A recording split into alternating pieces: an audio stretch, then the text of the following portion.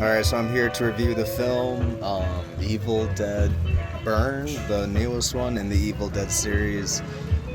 Like the previous one, or the prequel that before it, Evil Dead Rise, this Evil Dead Burn does focus on the sort of lifestyles and struggles and perspectives of women, which is refreshing, and I, for the most part, enjoyed this film more than I thought. And it's a great insight into how a woman could be manipulated and influenced to take on an abusive partner and, by extension, his family.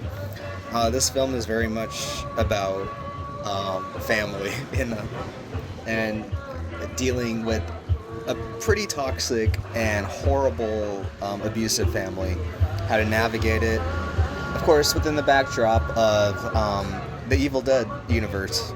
So, with all the gore, the violence, the blood, the supernatural, superstitious elements that have to do with, raising the dead, the entities, the Deadites, I forget what they're called.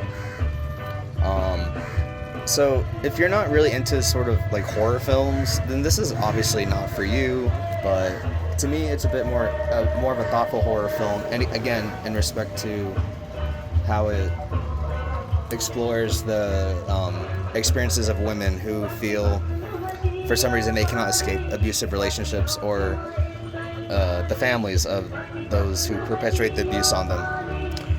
So I give it, I don't know, like 3.5 out of 5. Like, it was good. I think it could have been better, but I'm not really sure how it could have been better.